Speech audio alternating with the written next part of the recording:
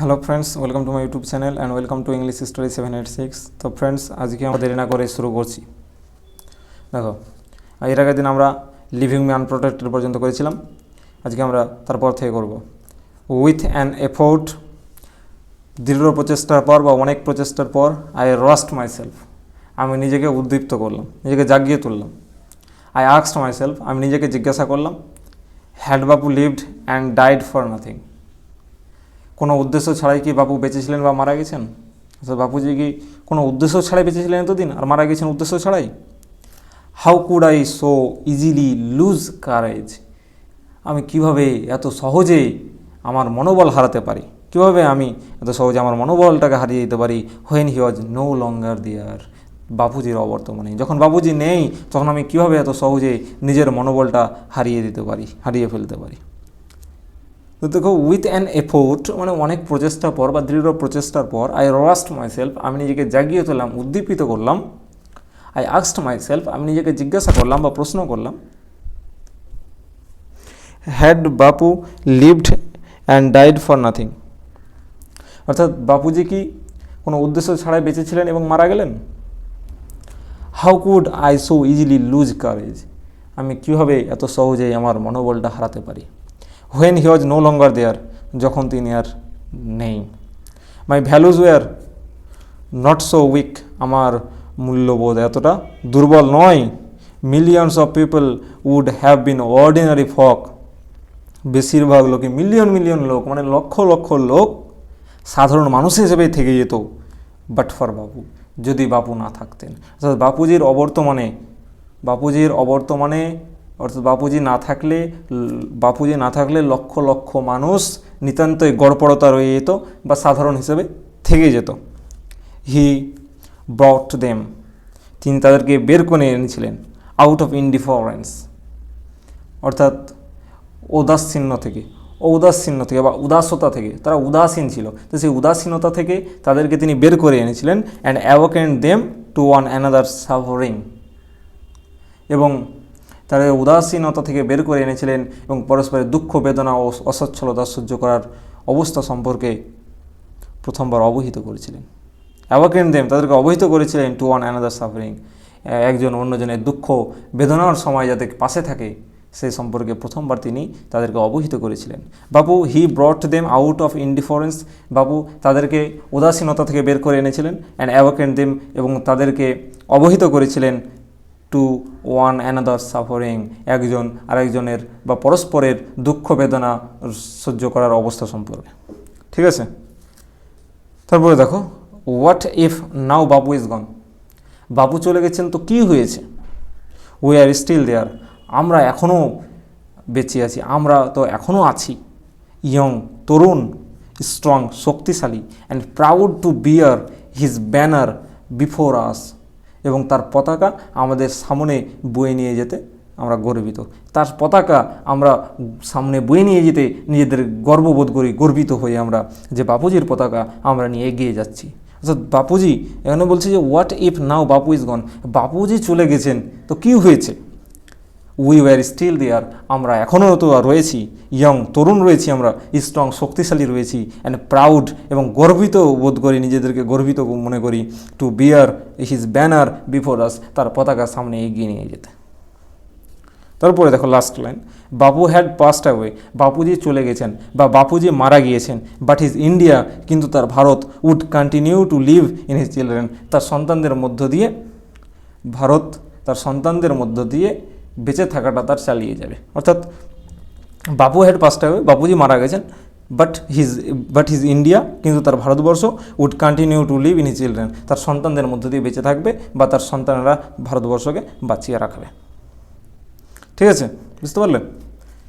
তো আমাদের টেক্সটটা কমপ্লিট হলো। এবার দেখো কম্প্রিহেনশন এক্সারসাইজ আমরা করে নিই।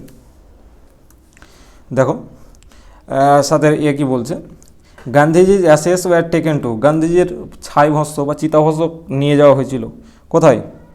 টু, অবশ্যই এলাহাবাদ হবে। আজকে আমরা যে টেক্সট মানে এর আগের দিন যে টেক্সটটা আমরা পড়েছিলাম সেখানে আমরা দেখেছিলাম যে গান্ধীজির চিতাভস্ম একটা স্পেশাল ট্রেনে এলাহাবাদ নিয়ে যাওয়া হয়েছিল। তো অপশান 2 হচ্ছে সঠিক আনসার। তারপরে দেখো B, a huge crowd had gathered by the মানে একটি বিশাল ভিড় জড়ো হয়েছিল, বিশাল জনতার ভিড় হয়েছিল। কোথায়, কার ধারে? তো গঙ্গা নদীর ধারে। এখানে গঙ্গা, যমুনা, ব্রহ্মপুত্র, নর্মদা সবই আছে। গঙ্গা নদীর ধারে ভিড় জমা হয়েছিল, গঙ্গা নদীর তীরে। পরের পেজে দেখো,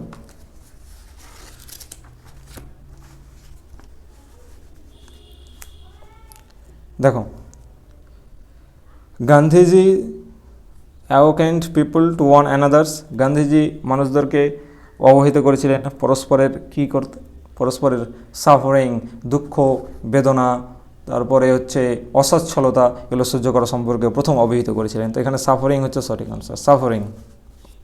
ঠিক আছে, suffering. Gandhiji awakened people to one another's suffering. এবার দেখো 8 দেখো, complete the following sentences with information from the text. Complete the following sentences with information from the text, অর্থাৎ টেক্সট থেকে ইনফরমেশান দিয়ে বাক্যগুলো পূরণ করো। দেখো কি বলছে, people on the train, people on the special train, অর্থাৎ এই স্পেশাল ট্রেনের মধ্যে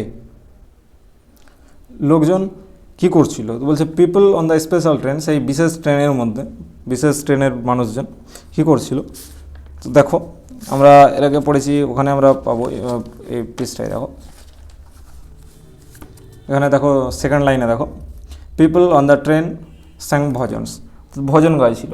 তো স্যাং ভজনস, এই স্যাং ভজনসটাই এখানে সঠিক আনসার হিসেবে বসে যাবে।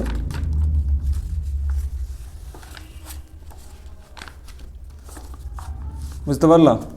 দেখো people on the train sang bhajans, sang bhajans. The author, B দেখো, the author felt she had ground up within. লেখক বা কথক, এখানে ফিমেল লেখক আছে।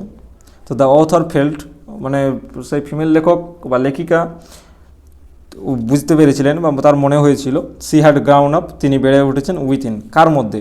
তিনি একটি জাদু সার্কেলের মধ্যে বেড়ে উঠেছেন, আমরা পড়েছি এর আগে, দেখেছি। তো এখানে দেখে নাও, উপরের প্যারাটাই দেখো, এখানে আছে মানে নিচে মানে মাঝামাঝি লাইনে দেখো, I felt I had ground up within a magic circle. আমার মনে হয়েছিল যে আমি একটি ম্যাজিক সার্কেল বা জাদু বৃত্তের মধ্যে বড় হয়েছি।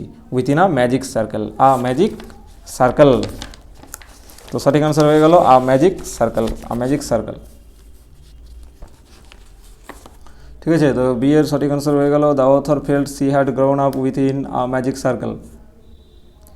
সি দেখো, Bapu had passed away, but Bapuji মারা গেছেন, কিন্তু কি? বাপুজি মারা গেছেন, দেখো সব শেষের line, Bapu had passed away, Bapuji মারা গেছেন, but his India would continue to live in his children, কিন্তু তার ভারতবর্ষ তার সন্তানদের মধ্যে দিয়ে বেঁচে থাকবে। ঠিক আছে, তো এইটুকু হয়ে যাবে, but his India would continue to live in his children, তার সন্তানদের মধ্যে দিয়ে তার ভারতবর্ষ বেঁচে থাকবে।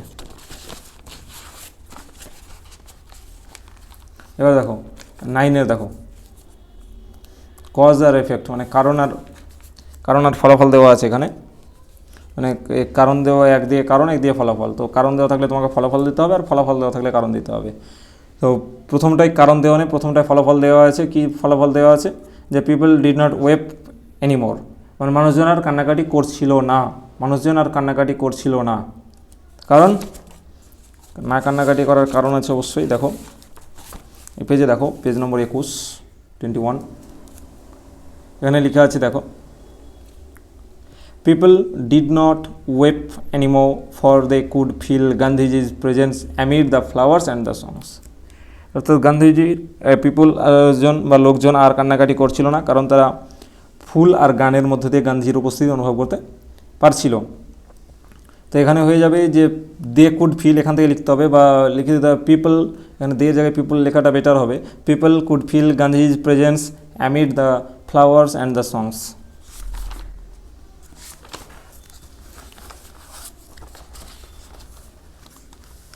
এবার দেখো বিয়ের দেখো, বি কী দেওয়া আছে? দ্য ম্যাজিক সার্কেল ভ্যানিস্ট, মানে কজ দেওয়া আছে, তার ফলাফলটা লিখতে হবে, কারণ দেওয়া আছে। দ্য ম্যাজিক সার্কেল ভ্যানিস্ট, জাদুর বৃত্তটি অদৃশ্য হয়ে গিয়েছিল, জাদুর বৃত্তটি অদৃশ্য হয়ে গিয়েছিল। তো দেখো এখানে উপরের পাড়াটাই লেখা আছে, I felt the magic circle had vanished living me unprotected. তো এখানে এটা হচ্ছে যে আই ফেল্ট, মানে সে লেখিকা অনুভব করেছিলেন বা বুঝতে পেরেছিলেন, I felt the magic circle had vanished leaving me unprotected. ঠিক আছে, এইটুকু লিখে দেবে, I felt the magic circle had vanished leaving me unprotected, এটুকু হচ্ছে ওখানে সঠিক অ্যান্সার, বসে যাবে ওইটুকু। তারপরে দেখো সি, সি কী বলছে, সি এফেক্ট দেওয়া আছে, কজটা দিতে হবে। কি দিয়েছে effect, the author felt that she wouldn't lose courage so easily, যে অথরের মনে হয়েছিল যে তিনি, মানে সেই ফিমেল রাইটার, মহিলা লেখকের মনে হয়েছিল যে তিনি তার যে কারেজ, তার যে মনোবল, সেটা তিনি হারাতে পারেন না এত সহজে। কেন তার মনে হয়েছিল, কারণ তো অবশ্যই আছে, তো দেখে নাও, এখানে আছে লাস্ট প্যারা, এই প্যারাটাই দেখে নাও। এখানে লেখা আছে যে my values were not so weak, আমার মূল্যবোধ অতটা দুর্বল নয়। মাই ভ্যালুজ, বা এখানে বলতে পারি the author's values were not so weak, লেখিকার মূল্যবোধ অতটা দুর্বল নয়, এটা হচ্ছে সঠিক অ্যান্সার।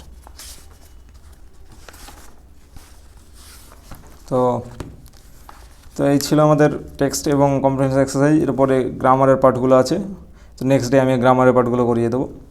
তো যদি আমার ভিডিওগুলো তোমাদের হেল্পফুল মনে হয় তবে আমার চ্যানেলটা সাবস্ক্রাইব করবে, লাইক কমেন্ট করবে এবং শেয়ার করে বন্ধুদের মাঝে ছড়িয়ে দেবে, আমাকে সাপোর্ট করবে, এবং সাপোর্ট করলে আমি আরও উৎসাহের সাথে তোমাদের জন্য ভিডিও বানাবো। ঠিক আছে, thank you, thanks for watching.